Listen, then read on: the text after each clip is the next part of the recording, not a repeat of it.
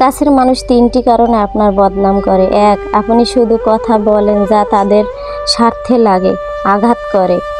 দুই, আপনি তাদের নিয়ন্ত্রণে থাকেন না, তাই আপনার নামে বদনাম করে।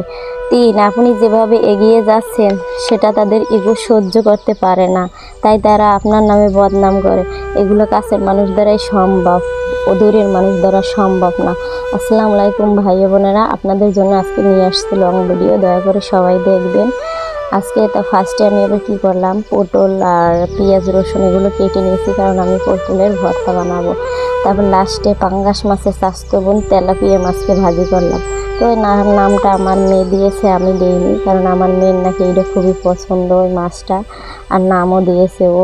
মাছটাকে ভালো করে ভেজে নিয়েছি, নেওয়ার পরে দিয়ে দিলাম আর একটা কড়াইয়ের একটা ডাট নেই, এই জন্য ভাববেন না যে আমি পুরনো কড়াই নষ্ট কড়াই ব্যবহার করতে আছি।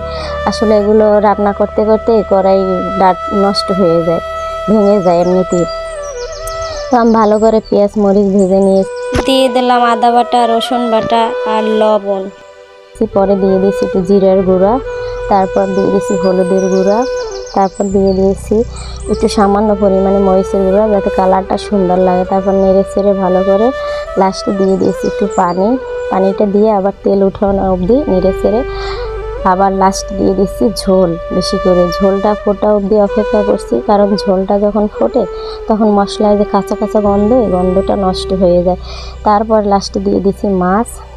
এই দেখেন মাছটাকে একটু ভালো করে নেড়ে চেড়ে ভালো করে ফুটিয়েছি, যাতে মাছটার ভিতরে ঝোলটা ঢোকে। শেষ মাছ রান্না।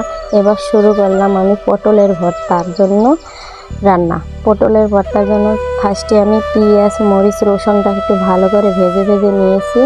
ভাজার পর লাস্টে দিয়ে দিয়েছি পটলের সাথে আরও একটা মজার জিনিস ছিল, চিচিঙ্গার মাটি, অনেকে আটিও বলে, তো ওটাকেও দিয়ে দিয়েছি।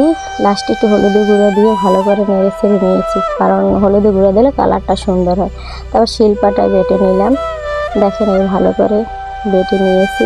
আমার এই ভর্তার রেসিপি আর রান্না কেমন হয়েছে আপনারা সবাই কমেন্ট বক্সে কমেন্ট করে জানাবেন, আর আমাকে লাইক কমেন্ট শেয়ার করতে ভুলবেন না।